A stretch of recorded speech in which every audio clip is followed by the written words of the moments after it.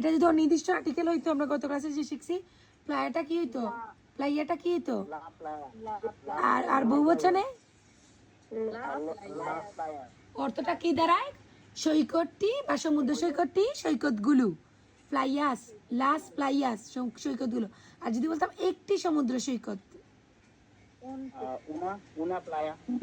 উনা প্লাইয়া, আর আর কিছু সমুদ্র সৈকত, উনাস প্লাইয়াস। আর মন্তানিয়া কি হইতো নির্দিষ্ট হলে? পাহাড়টি বললে কি বলতাম?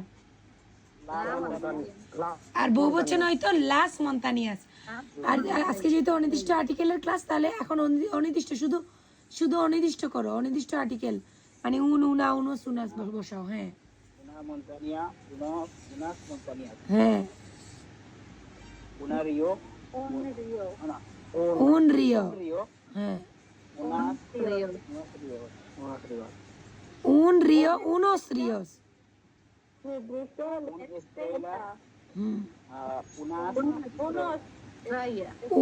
una এটা নারীবাচক, una estrella একটি তারা, unas estrellas,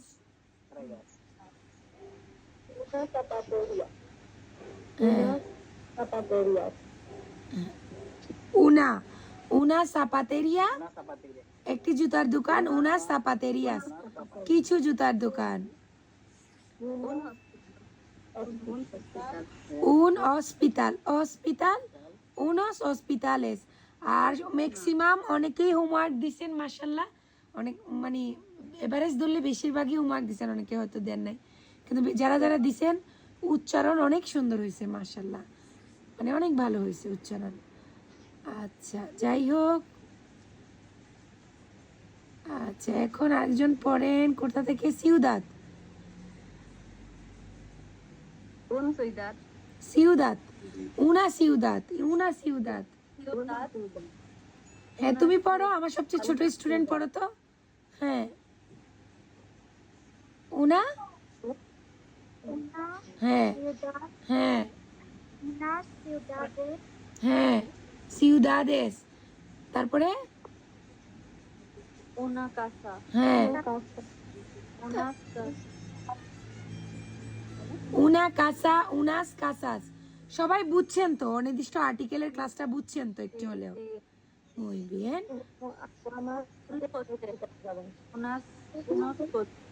un coche, un গাড়ি হচ্ছে পুরুষবাচক, নাউন।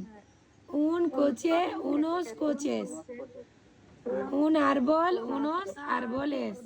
বাবু এখন গ্রামারে যাওয়ার আগে আমরা একটু সবাই শুনি, আমি সেরেস্তার তেনের কে কে শিখছি? কলি আপু, হাবিবুর ভাইয়া, মানে যাদের নাম দেখা শো করতেছে সবার নাম, অনেকের মোবাইলের নাম লেখা।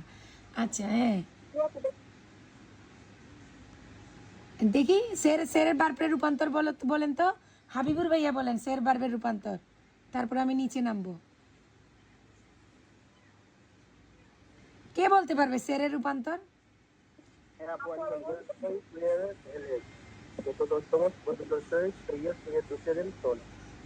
soy, eres, বা you soy, tú eres, él, ella, usted es, nosotros somos, vosotros sois, ellos son। R estar verb,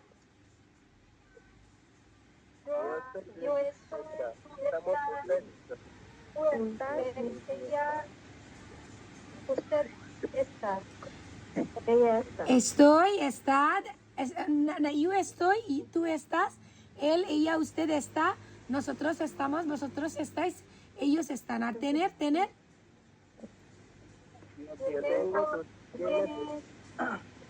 tengo, tienes, tiene, tenemos, tenéis, tienen। এখন বলবা আপুরে এটা তো ডাকাতি, তৃতীয় ক্লাসে আপনি আমাদেরকে সের স্টার তেনের এত কঠিন ভার্ব শিখাচ্ছেন। এখন সামনের ক্লাসগুলো একদম পানির মতো সহজ। আমার প্রথম 4টা ক্লাস যদি কেউ মনোযোগ দিয়ে শিখে ফেলতে মানে বুঝতে পারো, আগামী ক্লাসগুলা নিজেই ক্লাসে কথা বলতে পারবা, নিজেই বাক্য মেক করতে পারবা। এখন কথা হচ্ছে কেন রাখি সের স্টার তেনের? আগামীকালকের ক্লাস সের স্টার তেনের ক্লাস কেন রাখি? কারণ এগুলো আমাদের নিজের সের দিয়ে আমাদের নিজের পরিচয়, পেশা, জাতীয়তা, ধর্ম, রং, গুণ, এগুলো সের দিয়ে বলতে পারবো। স্টার দিয়ে আমাদের অবস্থান, মানসিক শারীরিক অবস্থা, কোনো বস্তুর অবস্থার ক্ষেত্রে স্টার দিয়ে বলতে পারবো। আর তেনের দিয়ে আমাদের কি আছে না আছে, বয়স বলতে পারবো। ঠিক আছে, আজকে একটু তেনেরটা পড়ি, ঠিক আছে? এই যে তেনের রূপান্তর, তেনেরটা হচ্ছে মালিকানা, বয়স, অনুভূতি, এই টাইপের কথাবার্তা তেনের দিয়ে আমরা ইংলিশে যেটাকে বলে টু হ্যাভ। যেমন ইউ ট্যাঙ্গো, স্প্যানিশে ইউ ট্যাঙ্গো হচ্ছে ইংলিশে, বাংলায় হচ্ছে আমার আছে, আর ইংলিশে হচ্ছে আই হ্যাভ। যদি তুমি শুধু ট্যাঙ্গো বলো, আমি যদি বলি ট্যাঙ্গো উন লিব্রো, আমার একটি বই আছে, কোনো প্রবলেম নাই। অথবা আমি যদি বলি ইউ ট্যাঙ্গো উন লিব্রো, আমার একটি বই আছে, দুইটাই একই অর্থ দাঁড়াবে। যদি স্মার্ট হতে চাও তাহলে ইউ, টু এগুলো ব্যবহার না করলেই হবে স্প্যানিশে, ঠিক আছে? আচ্ছা, এখন আমি যদি বলি তোমার একটি কলম আছে, তোমার একটি কুকুর আছে, কিভাবে বলবো স্প্যানিশে?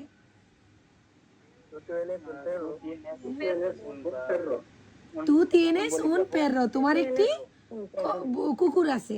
এখন আমি যদি বলি আমাদের একটি বাড়ি আছে,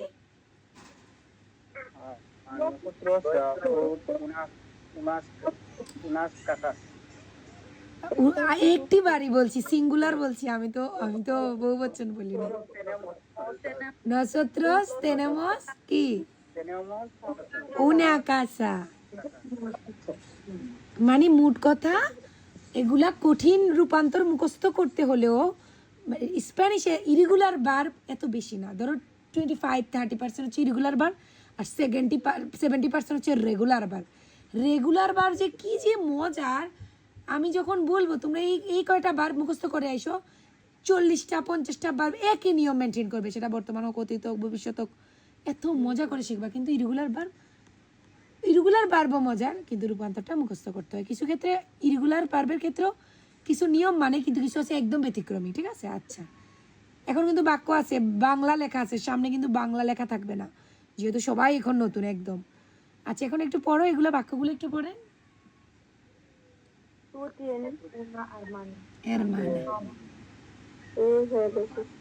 হ্যাঁ,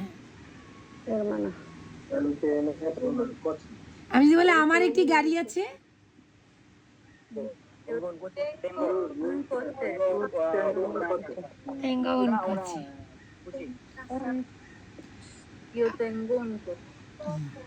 ইউ তেঙ্গো বললেও কোনো সমস্যা নাই, শুধু তেঙ্গো অন কোচে বললেও প্রবলেম নেই। আচ্ছা, আমরা একটু এগুলা পড়ি, তাহলে আরো ভালো লাগবে। হ্যাঁ, কে পড়তে চায়? আদনান ভাই এ পড়েন তো। মাশাআল্লাহ, ক্লাসে কতজন আছেন? 23 জন। মুই বিয়েন। হুম, বাংলা সহ বলতে হবে। সামনে কিন্তু আমরা ডায়লগ প্র্যাকটিস করব, লেকচুরা প্র্যাকটিস করব। তো এখানে অনেকে 3 মাসের কোর্স আছে, 3 মাসের কোর্সে অনেক কিছু শিখতে পারবো যদি আমার ক্লাসগুলো মনোযোগ দেওয়া হয়।